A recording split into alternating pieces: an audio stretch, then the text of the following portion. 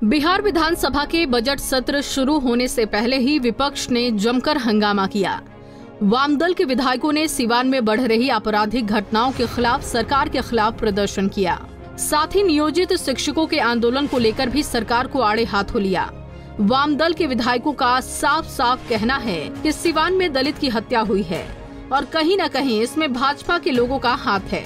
सरकार को इस पर कार्रवाई करनी चाहिए। बिहार में फिर से सामंती ताकत दलितों की हत्या करने में जुट गए हैं। सिवान में जिस तरीके से दलितों की हत्या हुई है उस पर प्रशासन कार्रवाई नहीं कर रहा है। हम सरकार से मांग करेंगे कि प्रशासन वैसे सामंतवादी ताकतों पर कार्रवाई करे। साथ ही वाम दल के विधायकों ने नियोजित शिक्षक के मामले को लेकर भी सरकार से सदन में जवाब देने की मांग की है।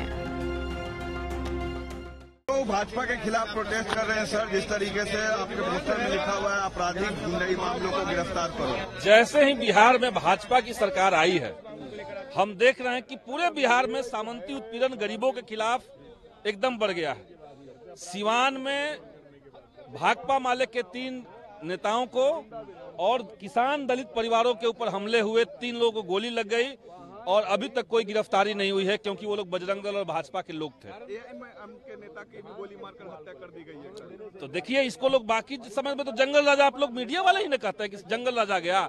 और ये जो बिहार में लगातार हत्याएं हो रही है, दलितों के घर जलाए जा रहे हैं और हत्यारे और जलाने वाले लोग जो अपराधी हैं वो अरेस्ट नहीं हो रहे हैं, तब तो कोई नहीं कह रहा है इस पे।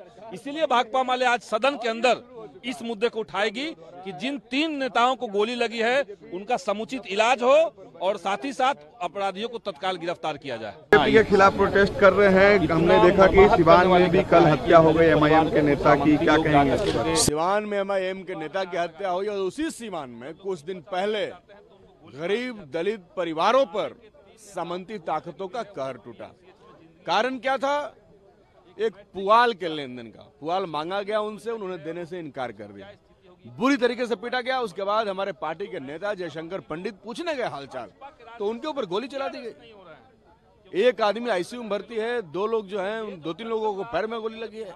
ये अपराधियों का राज है, ये जंगल राज है जो बीजेपी के सत्ता में आने के बाद शुरू हो चुका है। इसलिए गवर्नेंस का सवाल, सुशासन का सवाल उठाने वालों से हम ये सवाल पूछना चाहते हैं, कौन सा गवर्नेंस है भाई?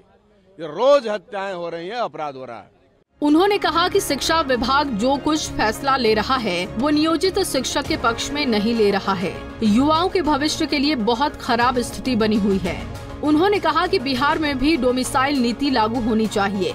जिस तरीके से अन्य प्रदेश के लोग आकर यहाँ सरकारी नौकरी प्राप्त कर लेते हैं वो नहीं होना चाहिए और इसको लेकर भी हम लोग सदन में सरकार के सामने मांग रखेंगे।